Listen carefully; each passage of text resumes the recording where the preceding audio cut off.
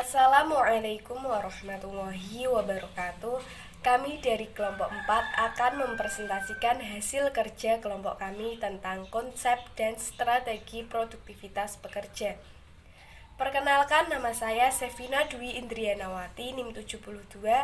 Di sini saya sebagai moderator dan presentator. Dan ada teman-teman saya yaitu Wijela Nailil Muna, NIM 73 sebagai presentator. Ahmad Agung Santosa, NIM 74 sebagai presentator, dan Amelia Saidatul Hasanah, NIM 75 sebagai presentator. Langsung saja yang pertama yaitu konsep produktivitas. Konsep produktivitas tenaga kerja dipengaruhi, dikondisikan atau bahkan ditentukan oleh ketersediaan faktor produksi komplementernya seperti alat dan mesin. Namun demikian, konsep produktivitas mengacu pada konsep produktivitas sumber daya manusia. Secara umum, konsep produktivitas adalah suatu perbandingan antara keluaran atau output dan masukan atau input per satuan waktu. Adapun unsur-unsur produktivitas yaitu yang pertama efisiensi, merupakan suatu ukuran dalam membandingkan penggunaan masukan atau input yang direncanakan dengan penggunaan masukan yang sebenarnya terlaksana. Yang kedua yaitu efektivitas. Efektivitas merupakan suatu ukuran yang memberikan gambaran seberapa jauh target yang dapat tercapai baik secara kuantitas maupun waktu. Makin besar persentase target tercapai, makin tinggi tingkat efektivitasnya. Yang ketiga yaitu kualitas.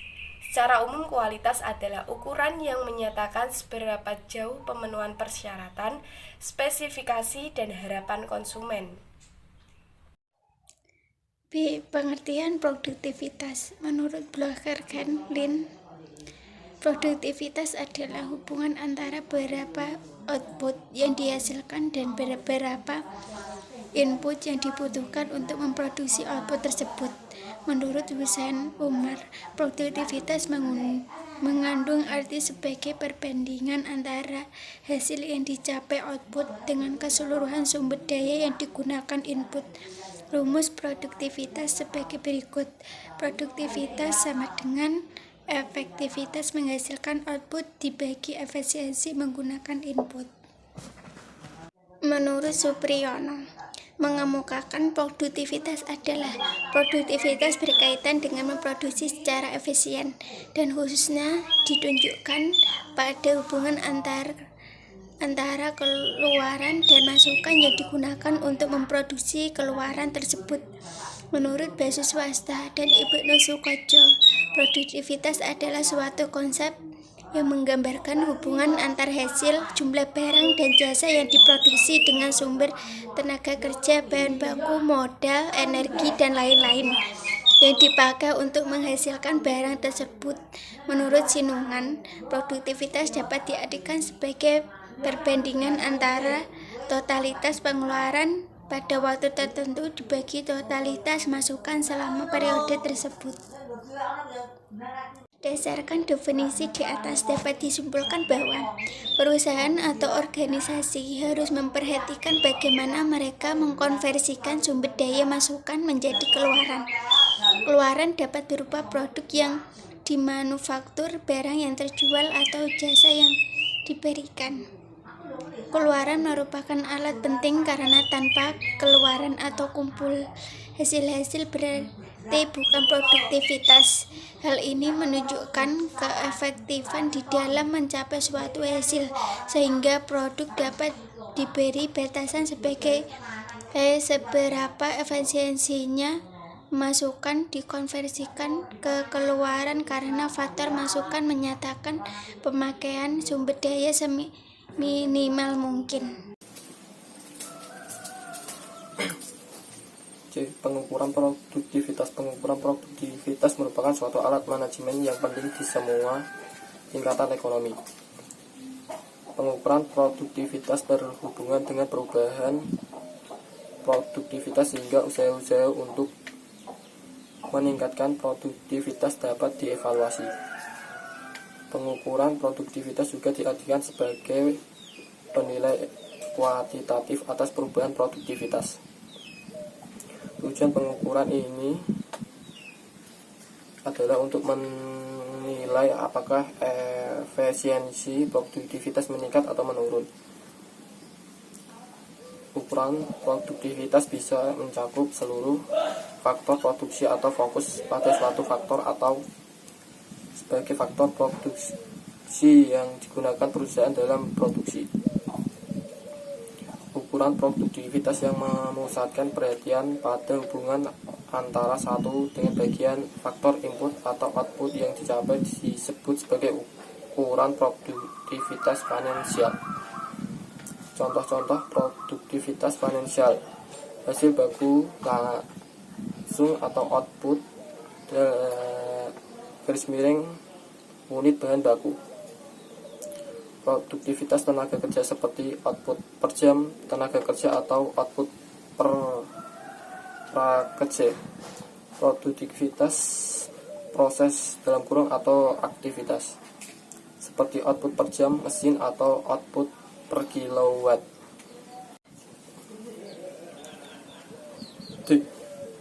Keunggulan dan kelemahan produktivitas parsial. Keunggulan produktivitas parsial: operasi Blocker et al. 2007-2314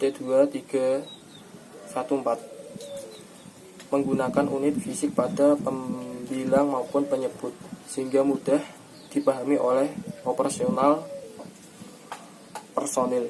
Ukuran produktivitas operasional lebih sederhana karena tidak dipengaruhi oleh perubahan harga atau faktor-faktor lain.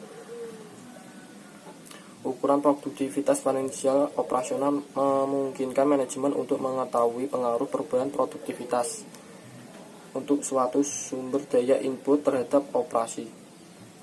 Keunggulan produktivitas parsial keuangan Blocker et al. 2007-2314 mempertimbangkan pengaruh biaya maupun kuantitas sumber daya input terhadap produktivitas.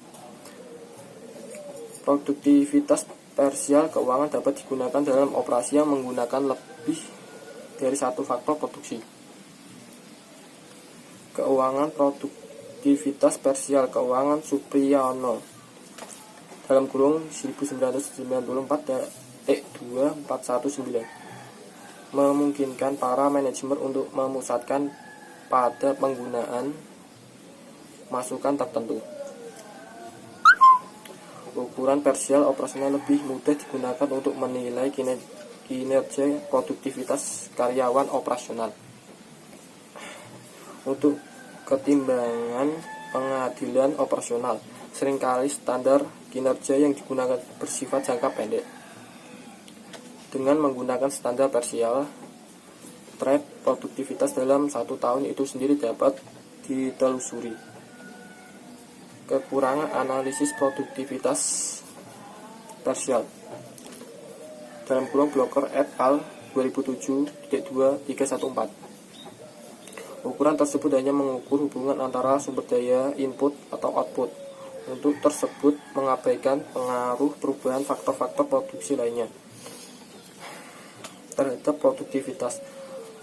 Produktivitas parsial juga mengabaikan pengaruh perubahan faktor-faktor produksi pada produktivitas parsial juga mengabaikan pengaruh perubahan karakteristik operasional perubahan terhadap produktivitas sumber daya input. Tidak ada standar efisiensi yang digunakan dalam ukuran-ukuran produktivitas parsial. Perkenalkan, nama saya Amelia Saidatul Khasana dengan NIM 075. Sumber-sumber produktivitas. Sumber-sumber produktivitas menurut Haji Hedari Nawawi dan Haji Muhammad Martini Hedari pada tahun 1900 adalah sebagai berikut. Yang pertama, penggunaan pikiran. Yang kedua, penggunaan tenaga jasmani. Yang ketiga, penggunaan waktu. Dan yang keempat, penggunaan ruangan. Yang kelima, penggunaan material dan bahan. F. Kriteria rasio produktivitas. Untuk mendapatkan rasio produktivitas yang baik, maka harus memenuhi kriteria sebagai berikut. Menurut Raffianto pada tahun 1986. Yang pertama, validasi ukuran yang valid. Yang kedua, kelengkapan. Yang ketiga, dapat dibandingkan. Yang keempat, inklusif. Yang kelima, timeliness. Yang keenam, keefektifan ongkos. G. Faktor-faktor yang mempengaruhi produktivitas menurut Haji Rahman pada tahun 1987. Menjelaskan faktor utama yang memberikan pengaruh pada produktivitas. Faktor yang berpengaruh secara langsung pada produktivitas adalah pengembangan teknologi, bahan baku, dan presentasi atau prestasi kerja pada pekerja itu sendiri. Sedangkan faktor yang berpengaruh tidak langsung diantaranya yang pertama faktor kemampuan kerja, yang kedua faktor motivasi, yang ketiga faktor kondisi sosial pekerja, yang keempat organisasi formal yang mempengaruhi kondisi sosial pekerja, yang kelima organisasi informal, peranannya akan dipengaruhi oleh tujuan, yang keenam kebutuhan individu pekerja, yang ketujuh kondisi fisik pekerja yang berpengaruh pada motivasi kerjanya. Yang H. Peningkatan produktivitas dalam organisasi. Peningkatan produktivitas dapat dicapai dengan menurut Supriyono, yang pertama menggunakan semua masukan dalam jumlah yang lebih sedikit untuk menghasilkan keluaran dalam jumlah yang sama. Yang kedua, menghasilkan keluaran yang lebih banyak dengan menggunakan masukan yang sama. Sekian presentasi dari kelompok kami. Terima kasih atas perhatiannya. Apabila ada kesalahan kami dalam bertutur kata, mohon dimaafkan. Wassalamualaikum warahmatullahi wabarakatuh.